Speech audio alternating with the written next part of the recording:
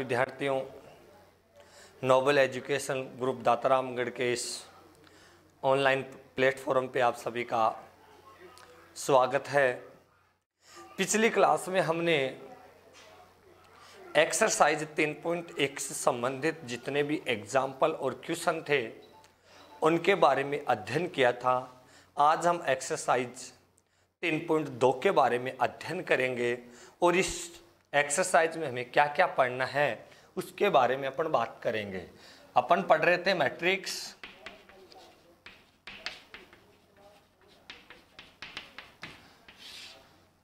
Exercise 3.2 में हमें क्या क्या पढ़ना है। सबसे पहले अपन पढ़ेंगे आव्यूह का परावर्त, सममित आव्यूह,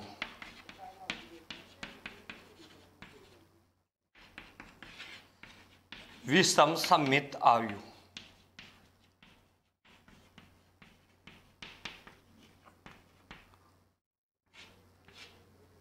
आव्यूह का योग, व्यकलन, आव्यूह का गुणन,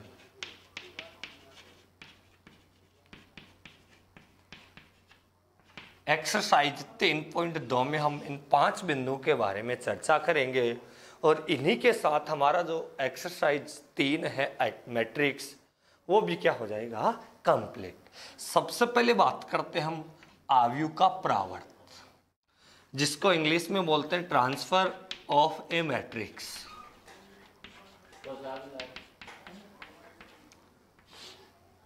आव्यूह का परावर्त, आव्यूह का परावर्त किसको कहेंगे? कोई भी मैट्रिक्स है उसकी पंक्तियों और स्तंभों को परस्पर परिवर्तित कर दें।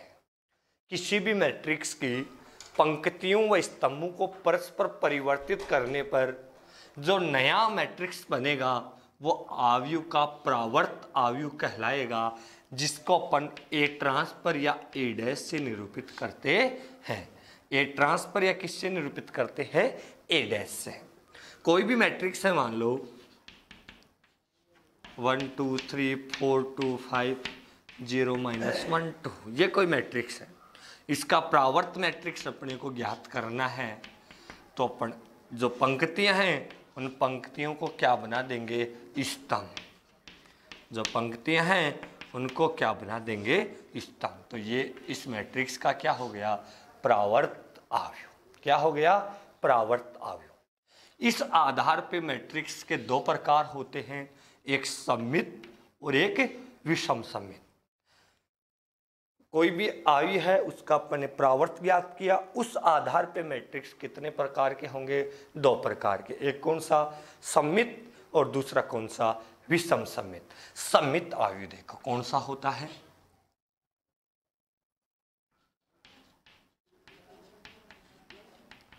सममित आव्यूह।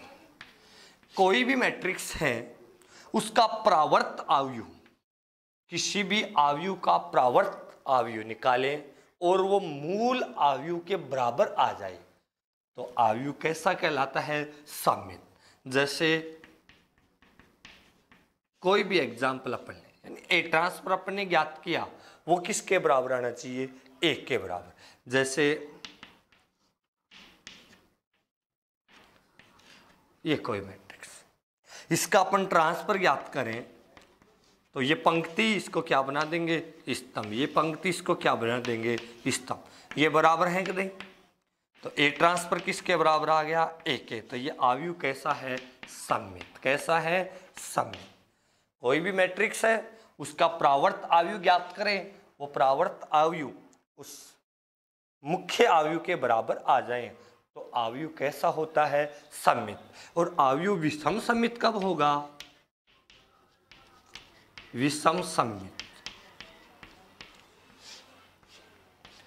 विषम सममित कब होगा? जब ए ट्रांसफर किसके बराबर आ जाए? -1 के। ए ट्रांसफर किसके बराबर आ जाए? -1 के। जैसे 0 -2 3 और 0। इसका ट्रांसफर अपन ज्ञात करें, ये पंक्ति इसको क्या बना देंगे? स्तंभ। ये पंक्ति इसको क्या बना देंगे? स्तंभ।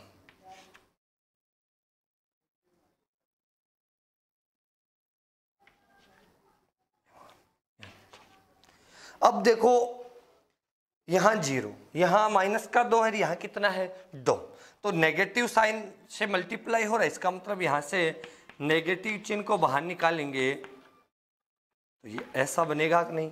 इसका मतलब ए ट्रांसफर किसके बराबर आ गया, -1 के। तो ये अवयव कैसा हो गया, विषम सममित। कैसा हो गया, विषम सममित। ये कंपटीशन की दृष्टि से यहाँ से आप ये याद रख सकते हो, मोस्ट इंपॉर्टेंट बात है कि विषम सममित अवयव के मुख्य विकर्ण के अवयव सदैव शून्य होते हैं।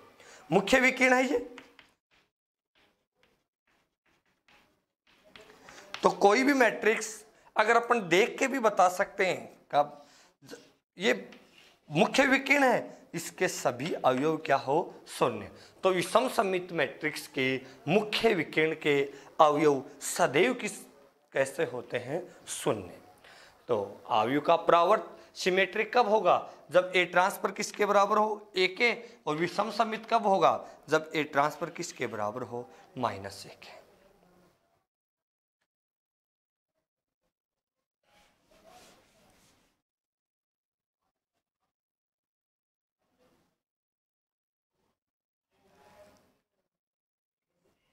अवयव को सममित व विषम सममित अवयव के योग के रूप में व्यक्त करना।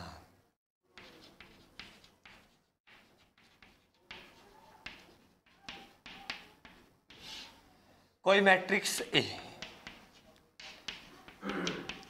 ट्रांसफर और ए माइनस ए ट्रांसफर, कोई भी मैट्रिक्स है, एक सममित व विषम सममित अवयव के योग के रूप में उसको व्यक्त करना है। तो अपन कैसे व्यक्त करेंगे, 1/2 ए प्लस ए ट्रांसफर प्लस 1/2 ए माइनस ए ट्रांसफर। ये तो कैसा है, सममित,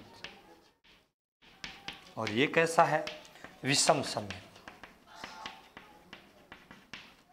तो एक सममित और एक कैसा हो गया, विषम सममित। इन दोनों का जब योग करेंगे तो वो किसके बराबर आएगा, मुख्य अवयव के बराबर। अब यहां से आप कंपटीशन के नजरिए से अपन देखें तो यहां से एक प्रॉपर्टी निकलती है। वो प्रॉपर्टी क्या, सदैव ए प्लस ए ट्रांसफर कैसा होता है, सदैव सममित होता है। कैसा होता है, सममित। और ए माइनस ए ट्रांसफर सदैव कैसा होता है, विषम सममित होता है। कंपटीशन की दृष्टि से भी आप ये प्रॉपर्टी याद कर सकते हो। ए प्लस ए ट्रांसफर सदैव कैसा होता है, सममित। और ए माइनस ए ट्रांसफर सदैव कैसा होता है, विषम सममित। यहाँ से भी एग्जाम की दृष्टि से बढ़िया क्वेश्चन बनता है कि कोई भी मैट्रिक्स अपने को दे दिया, उसको सिमेट्रिक और नॉन सिमेट्रिक, सममित और विषम सममित अवयव के योग के रूप में अपने को क्या करना है, व्यक्त। आगे देखो,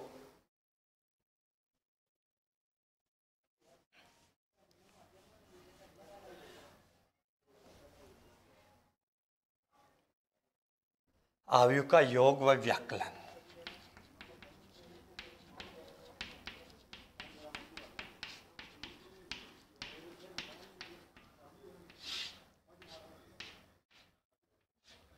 कोई भी मैट्रिक्स है उसका योग या घटाव, जिसको अपन व्याकलन बोलते हैं, वो कैसे ज्ञात करते हैं। सबसे पहले 2 मैट्रिक्स या 3 मैट्रिक्स जितने का भी योग करना है, उनका क्रम क्या होना चाहिए, बराबर। जब 2 मैट्रिक्सों का क्रम बराबर है तो अपन उनका योग कह सकते हैं, परिभाषित है। योग कैसे करेंगे, संगत अवयवों का क्या कर देंगे, योग।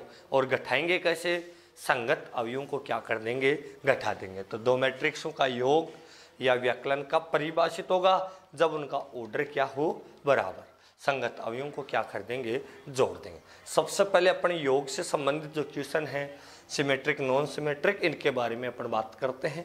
और फिर अपन अवयवों का गुणन कैसे ज्ञात करेंगे उसके बारे में अपन बात करेंगे। तो योग से संबंधित एक आधा एग्जाम्पल बुक का क्वेश्चन अपन पढ़ते हैं।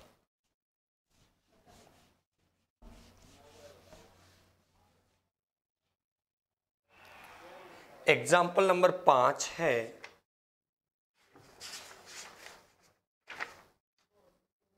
यदि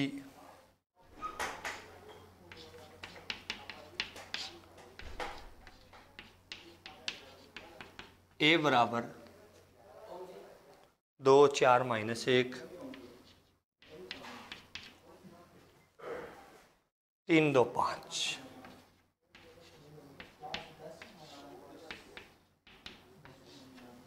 b बराबर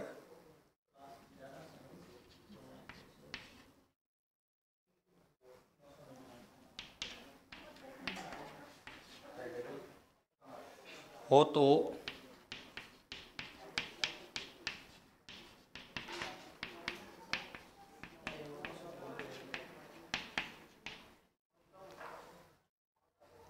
दो मैट्रिक्स अपने को दे रखी है और हमें मान पूछा है किसका, 2a - 3b का। किसका, 2a - 3b। तो सबसे पहले a को किससे मल्टीप्लाई करवाएंगे, 2 से।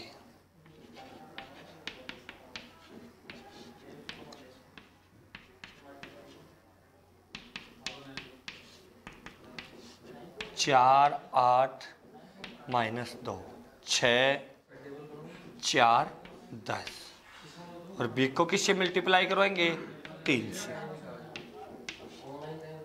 2 -1 1 3 0 4 6 3 0 -3 9 12। अब 2a - 3b 4 8 -2 6 4 10।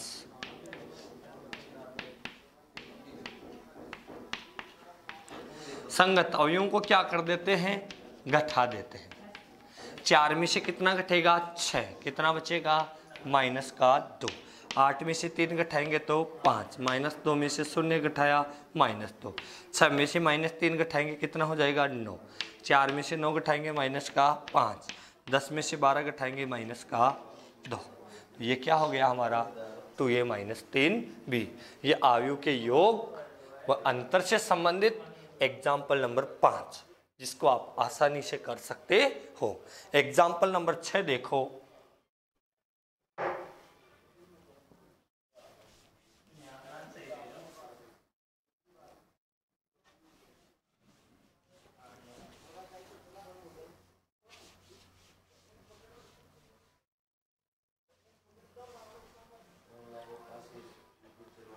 यदि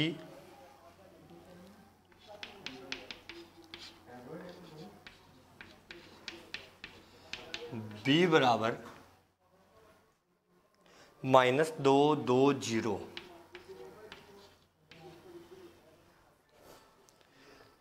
3 1 4 और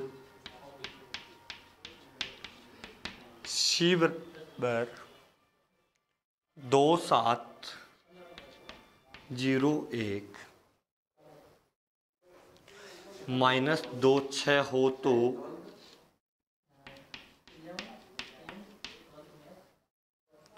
आयु a ज्ञात कीजिए।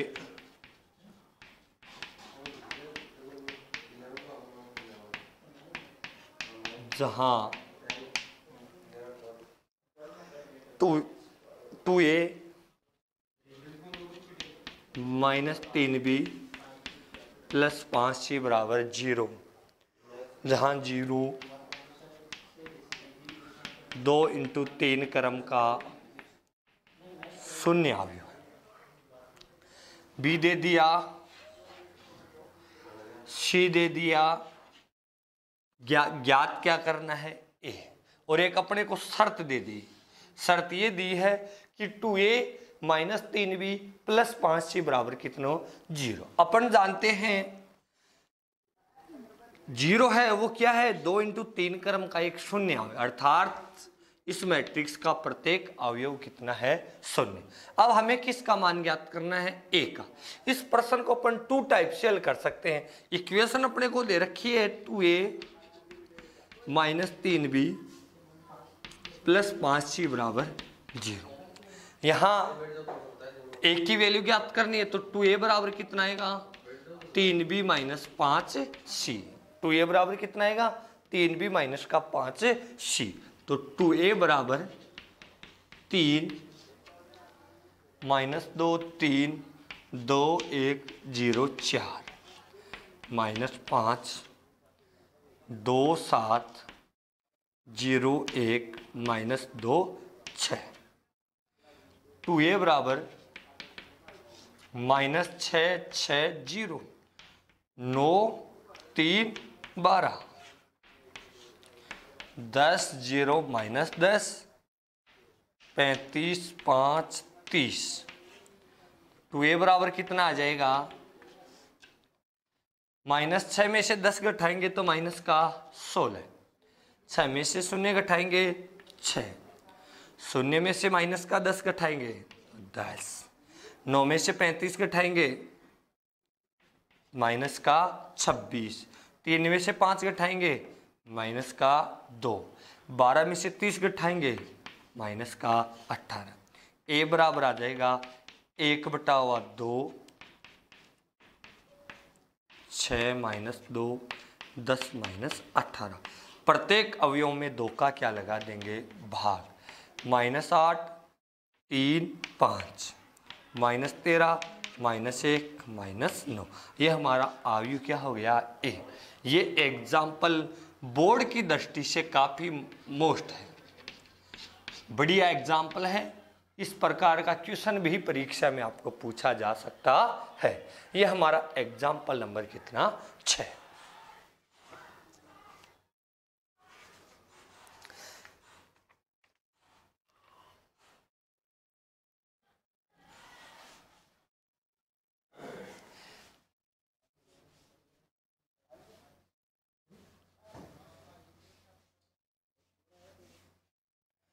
एक्सरसाइज 3.2 के क्वेश्चन नंबर 1 2 और 3।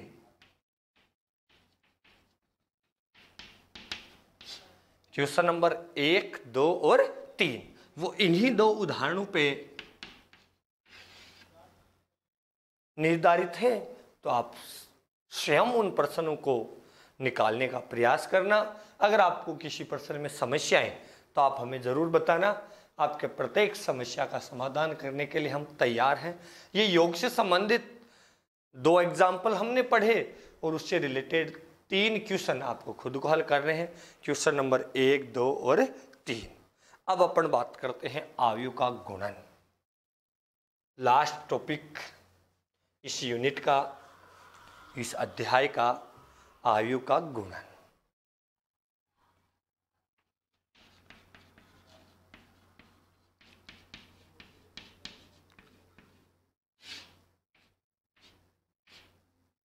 अब देखो 2 अवयव ए व बी का गुणन परिभाषित होगा यदि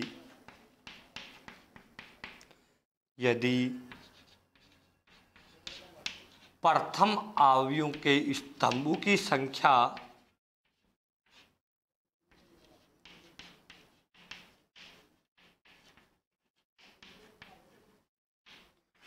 दूसरे अवयव के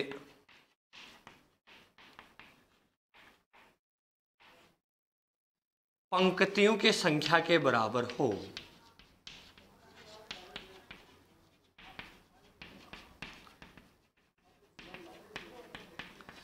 कहने का मतलब कोई भी 2 मैट्रिक्स हैं ए और बी, उनका गुणन कब परिभाषित होगा? जब प्रथम मैट्रिक्स के स्तंभों की संख्या द्वितीय मैट्रिक्स की पंक्तियों की संख्या के क्या हो? बराबर। ये गुणन 2 में अपने को क्या पता चलेगा? भाई इनका एक गुणा भी ज्ञात कीजिए। सबसे पहले अपन ये देखेंगे कि ये परिभाषित है या नहीं। ऐसा ज्ञात कैसे कर सकते हैं अपन? जब प्रथम मैट्रिक्स के स्तंभों की संख्या दूसरी मैट्रिक्स की पंक्तियों की संख्या के क्या हो बराबर। माना आयु ए का क्रम m इंटू एन है और आयु बी का क्रम n इंटू पी है, तो प्रथम मैट्रिक्स के स्तंभों की संख्या दूसरी मैट्रिक्स की पंक्तियों की संख्या के क्या है बराबर। प्रथम मैट्रिक्स के स्तंभों की संख्या दूसरी मैट्रिक्स की पंक्तियों की संख्या के क्या है बराबर। तो a इंटू बी या ए बी जो आएगा, इनका जो गुणनफल आएगा उसका जो क्रम आएगा वो क्या आएगा m इंटू पी। जो क्रम आएगा वो क्या आएगा m इंटू पी। गुणन कब परिभाषित होगा? जब प्रथम मैट्रिक्स के स्तंभों की संख्या द्वितीय मैट्रिक्स की पंक्तियों की संख्या के क्या हो बराबर। जो गुणनफल आएगा उस मैट्रिक्स का जो क्रम होगा वो m इंटू क्या होगा p। गुणा कैसे करवाएंगे वो देखो। प्रथम मैट्रिक्स की प्रत्येक पंक्ति से द्वितीय मैट्रिक्स के प्रत्येक स्तंभ को क्या करवाएंगे गुणा। प्रथम मैट्रिक्स की प्रत्येक पंक्ति से द्वितीय मैट्रिक्स के प्रत्येक स्तंभ को क्या करवाएंगे गुणा। देखो इससे रिलेटेड अपन 2-3 एग्जाम्पल्स पढ़ लेते हैं।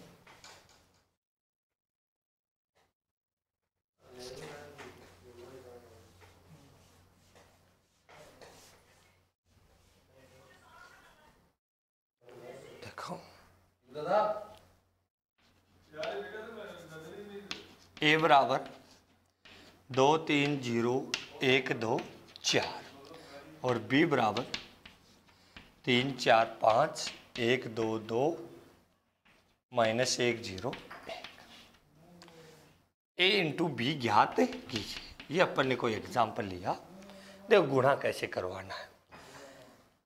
ए इंटू बी परिभाषित, पहले इनका क्रम देखो। इसका क्रम कितना है 2 इंटू 3 और इसका क्रम कितना है 3 इंटू 3।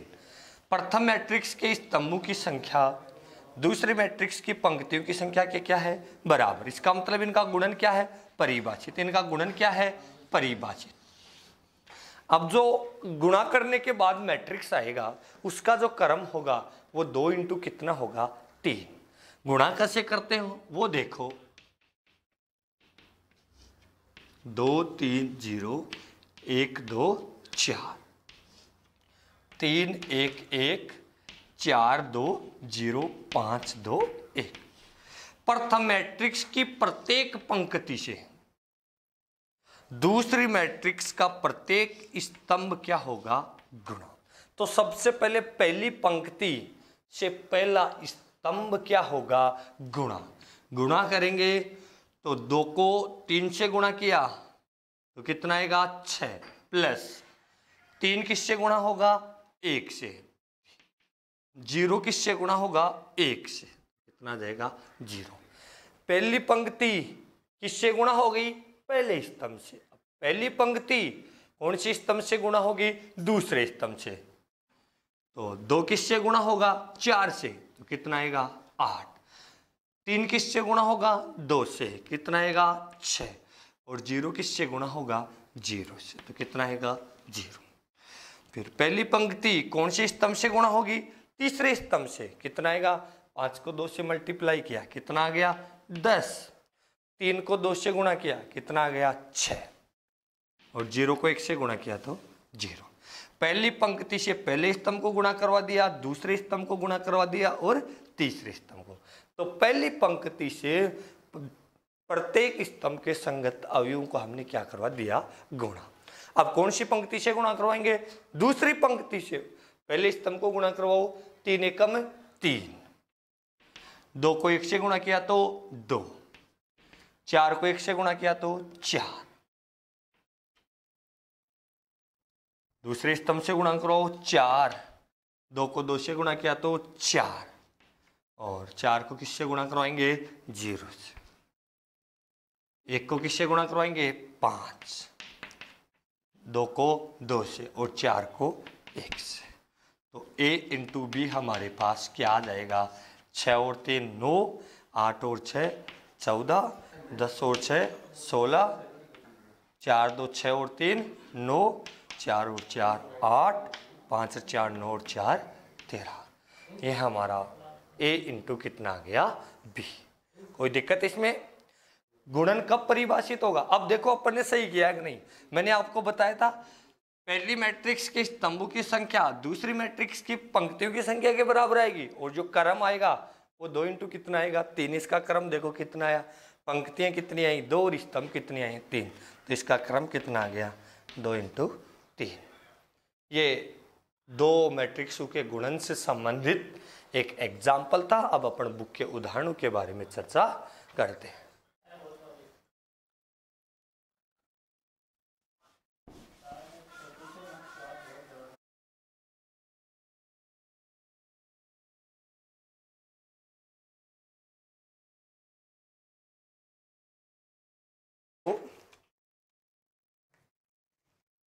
यदि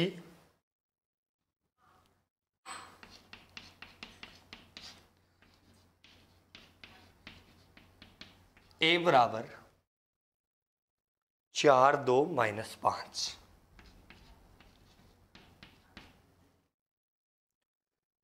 एक 0 3, b बराबर 6 -1 1, -7 2 0, 0 5 3 हो तो a गुणा b गुणा a अथवा दोनों जिनका भी अस्तित्व हो ज्ञात कीजिए। यानी a गुणा b गुणा a या दोनों या जिसका भी अस्तित्व है वो अपने को क्या करना है ज्ञात। तो अपन देख लेते हैं किसका अस्तित्व है और किसका नहीं। इसका क्रम कितना आएगा 2 इंटू 3 और इसका क्रम कितना आएगा 3 इंटू 3। ये बराबर है क्या? बराबर है। तो इसका मतलब a गुणा b क्या है परिभाषित, तो a गुणा b अपन निकाल देते हैं।